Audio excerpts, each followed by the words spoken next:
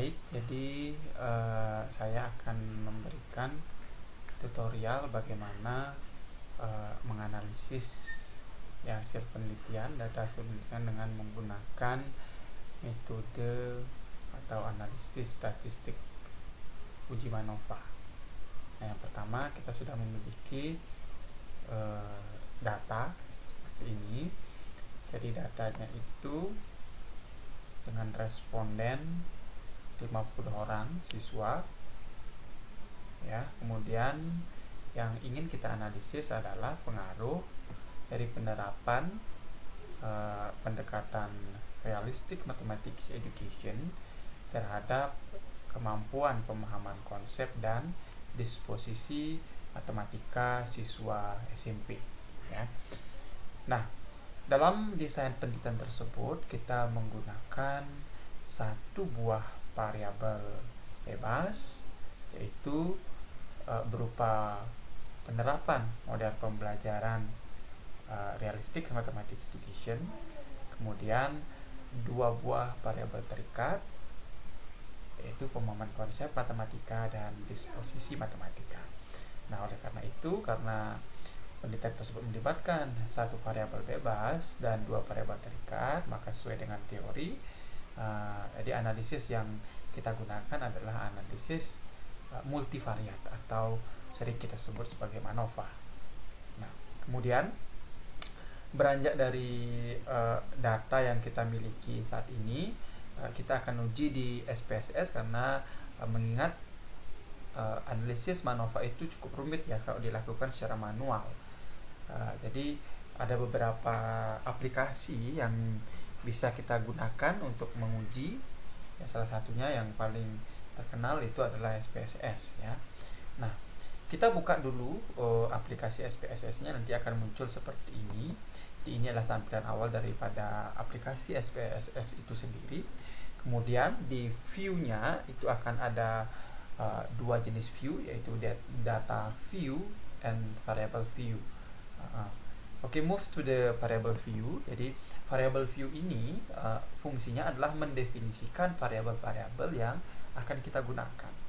Nah, contohnya saat ini kita telah memiliki data seperti ini. Jadi data kelas ya, kita memiliki dua jenis kelas eksperimen dan kelas kontrol. Kemudian kita memiliki dua buah variabel, pemahaman konsep dan disposisi matematika. Nah, sekarang kita akan buat variabel satu, yaitu pemahaman konsep. Jadi untuk di name of variable ini tidak bisa kita kasih spasi ya. Kalau mau spasi harus di underscore ya. Konsep, kemudian yang di sini disposisi gitu misalnya. Disposisi matematika. Nah, jadi kalau mau mengenolkan desimalnya silakan, jadi ini 0, jadi tidak di bulat bilangannya. Kemudian labelnya, ini labelnya bisa dinamai sesuai dengan variabel yang kita gunakan, yaitu pemahaman konsep matematika. Nanti ini yang akan muncul ya ketika di hasilnya sudah tampil gitu di outputnya, disposisi matematika. Kemudian kita memiliki kelas kita ada dua, jadi kita bisa value-kan di sini. Kelasnya yang pertama adalah kelas eksperimen gitu kan, kelas 1, jadi value-nya 1 gitu ya. Nah, ini boleh dikategorikan gitu ya. Ini kelas eksperimen. Kemudian yang kedua ada kelas kontrolnya.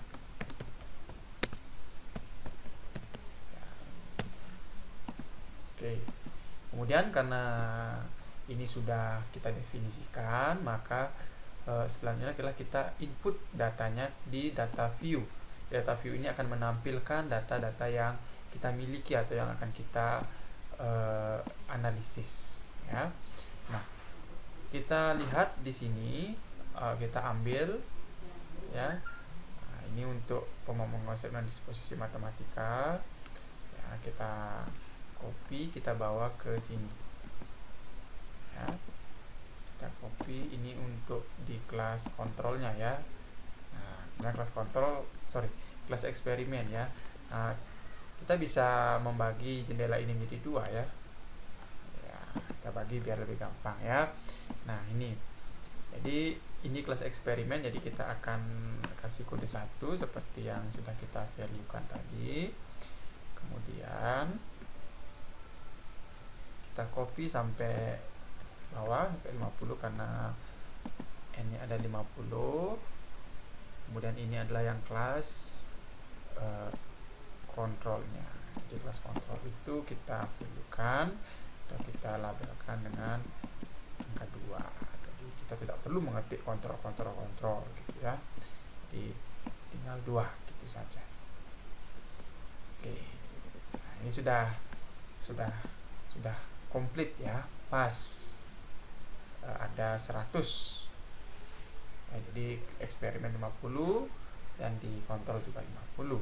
Nah, untuk melakukan uji MANOVA, kita pilih di analyze, kemudian selanjutnya kita pilih general linear model, kita pilih multivariatnya ya. Nah, dependent variable adalah variabel terikatnya. Jadi kita punya 2, yaitu pemahaman konsep dan disposisi matematika.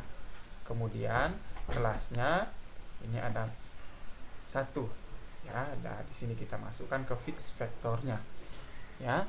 Kemudian ini boleh dicoba-coba ya, boleh dibuka modelnya seperti apa, full faktorial ya. Itu tidak berpengaruh. Jadi yang di sini juga boleh dicoba ya. Besoknya ya, uji lanjutnya itu save-nya, understand ya. Jadi yang kalau di MANOVA nanti pentingnya di sini. Jadi kita centang di deskriptif statistiknya, nanti akan kelihatan mean, median, modus, standar deviasinya, n-nya berapa akan kelihatan di sana. Transformation matrixnya, kemudian homogenitas tesnya. Jadi karena uji statistik parametrik itu di MANOVA ini termasuk dalam uji statistik parametrik ya. Dia akan mengestimasi populasi dari sampel yang kita ambil.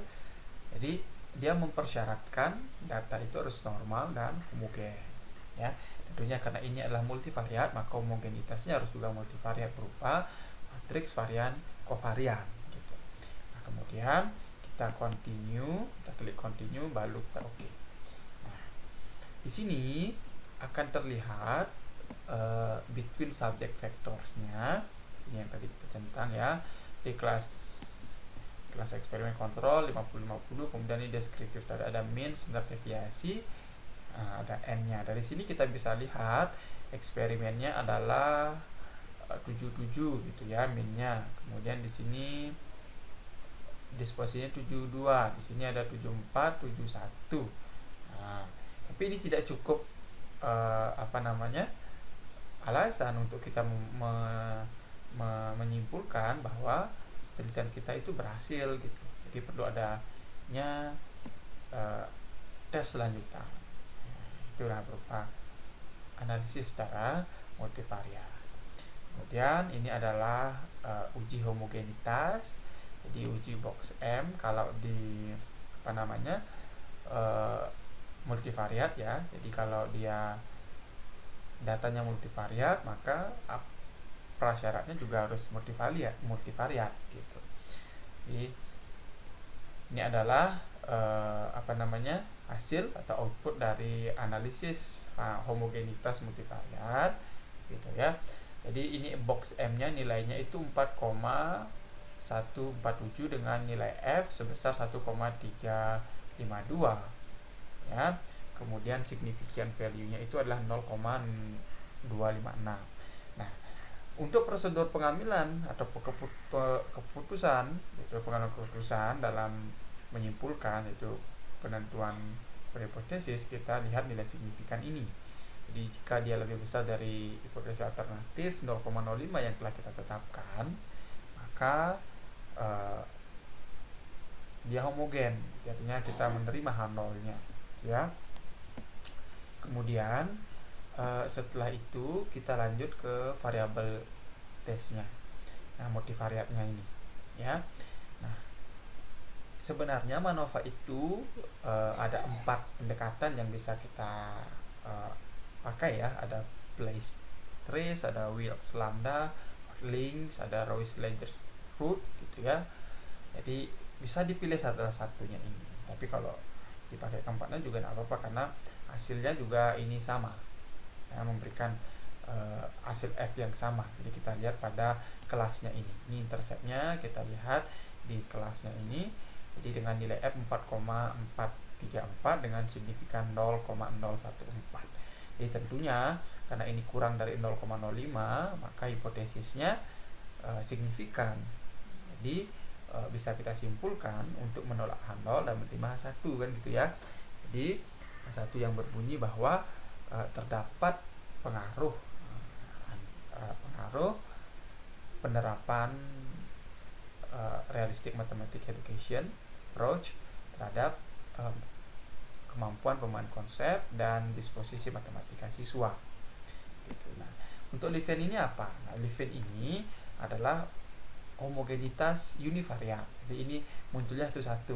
Jadi pemahaman konsep, oh dia juga homogen gitu. Jadi signifikannya ini lebih besar dari 0,05, disposisinya juga homogen gitu. Jadi ini munculnya satu-satu, tidak berbarengan. Kalau ini masih univariat, satu variabel per satu variabel. Kalau ini sudah seluruhnya ya, ini kedua variabel itu di multivariat. Nah, ini untuk hipotesis yang pertama di MANOVA. Kemudian ini adalah hipotesis yang kedua dan yang ketiga. Jadi pemahaman konsepnya kita lihat di kelasnya juga. Jadi dengan F-nya 3,567 dengan signifikansinya 0,062 lebih besar dari 0,05, sehingga ini tidak signifikan atau tidak berarti. Oleh karena itu H0-nya diterima, jadi H1-nya yang ditolak gitu ya. Jadi tidak ada perbedaan pemahaman konsep matematika siswa yang dibelajarkan dengan RME dan konvensional. Kemudian disposisi matematika bagaimana? Oh, ternyata ini nilai F-nya 8,959 dengan nilai signifikansi 0,003. Jika dibandingkan ini lebih besar dari 0,05, maka hipotesisnya itu ya signifikan. Ya kita terima satunya, sehingga disposisi matematikanya memang berbeda secara analisis gitu. Nah, tetapi bagaimana dengan persyarat lain? Di persyarat lain kita harus cari yang perlu ada lagi adalah normalitas multivariat sama korelasi ya. Jadi kita akan uji dulu korelasi ya. Jadi di MANOVA itu mempersyaratkan adanya analisis korelasi antar variabel terikatnya. Jadi begini, kalau misalkan korelasi antar variabel terikatnya itu terlalu kecil ya, maka itu hubungannya kan sangat-sangat jauh gitu. Sehingga ini analisisnya bisa pakai uji T aja. Jadi pemahaman konsep sama disposisi itu berbeda. Itu sangat-sangat berbeda. Jadi tidak bisa dijadikan satu gitu. Kemudian apabila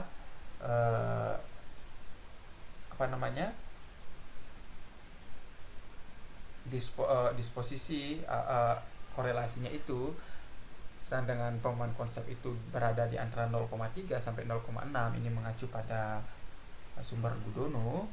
Jadi bisa dilihat ya buku Gudono, itu dosen GM yang menulis gitu ya. Jadi korelasi yang baik itu dia berada di antara 0,3 sampai 0,6. Jadi itu kita bisa gunakan dengan uji MANOVA ini gitu. Tapi apabila lebih daripada 0,6, maka hubungannya sangat-sangat erat. Jadi pemahaman konsep dan disposisi itu tidak bisa terpisahkan. Jadi dia menjadi satu gitu loh.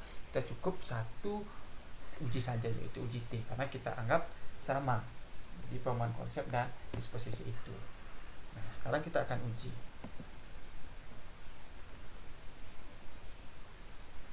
Nah, kita uji ini korelasinya ya. Nah, kita uji pemahaman konsep dan ternyata ini berapa? Korelasinya itu 0,649, hampir mendekati gitu ya. Jadi ini memang ada korelasi. Di signifikan rudal ini menandakan dia memang ada korelasi antar variabel terikat, tetapi korelasinya itu tidak terlalu besar gitu. Jadi MANOVA itu dapat dilakukan. kemudian yang kedua yaitu uji normalitas multivariat. Jadi uji normalitas multivariat ini kita harus buat sheet yang baru lagi gitu ya. Karena dia agak gini sedikit, agak panjang gitu ya. Ya kita ambil inilah dulu.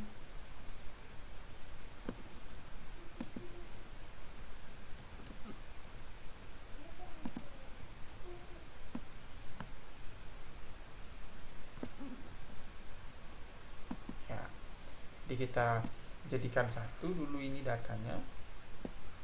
Ya, kita jadikan satu datanya.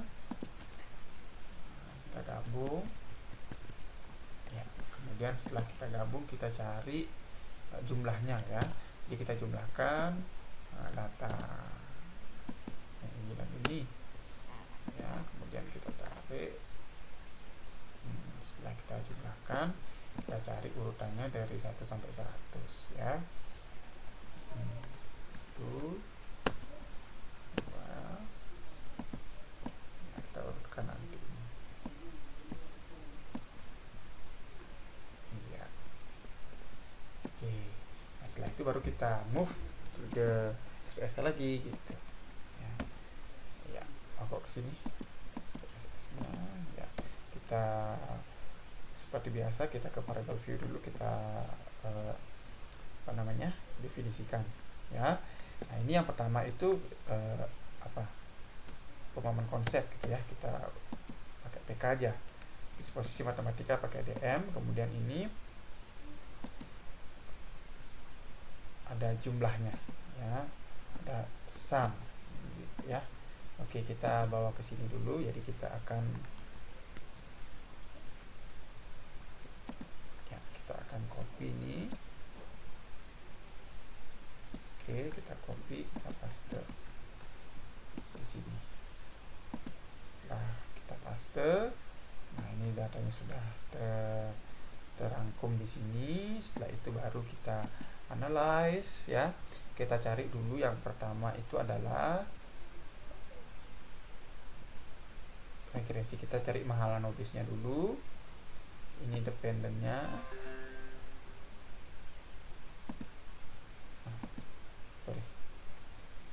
Ya, ini DM-nya. Kemudian kita cari save-nya. Nah, di sini Mahalan obisnya. Kita klik continue, oke. Ya. Ya, ini tidak usah dihiraukan dulu ya. Jadi kita akan lihat di data view kita.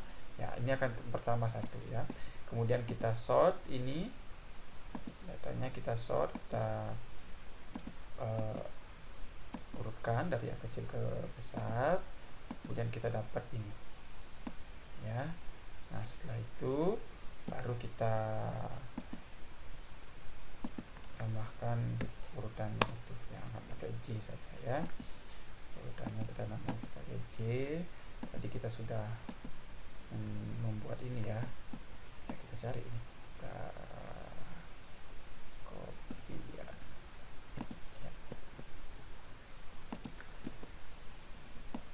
Kita paste. Ya, setelah itu baru kita analisis lagi, kita transform compute variable, kita buat probability ya, pro value gitu ya. Pro value itu adalah kita definisikan di numeric expression ini ya. J-nya ini ya, J dikurangi 0,05 signifikannya, kemudian kita bagi 100 ya. Nah, ada 100 data di sana.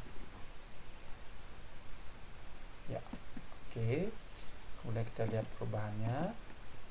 Ya, perubahannya di sini sampai 1 dia, dapat 1 ya, 1 kan. Nah, setelah itu setelah dapat pro value baru kita analisis transform lagi, kita buat KI-nya. Nah, ini kita variabelkan KI.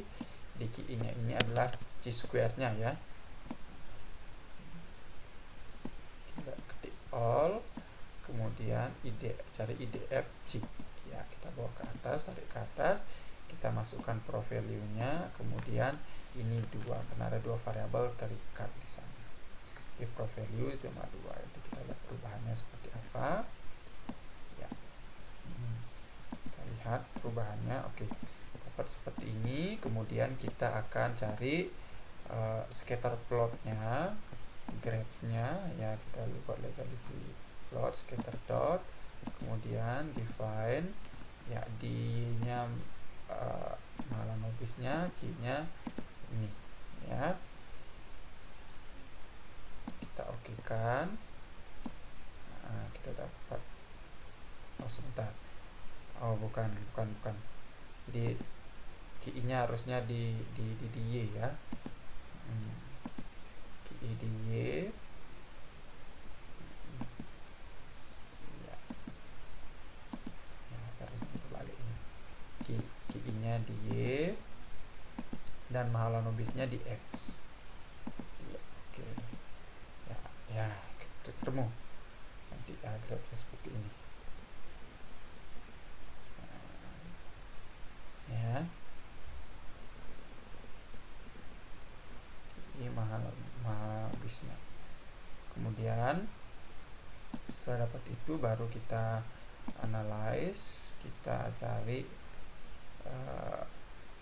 bivariatnya, kemudian kita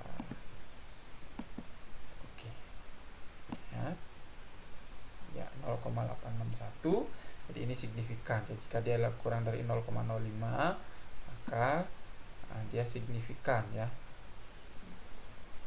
normal gini.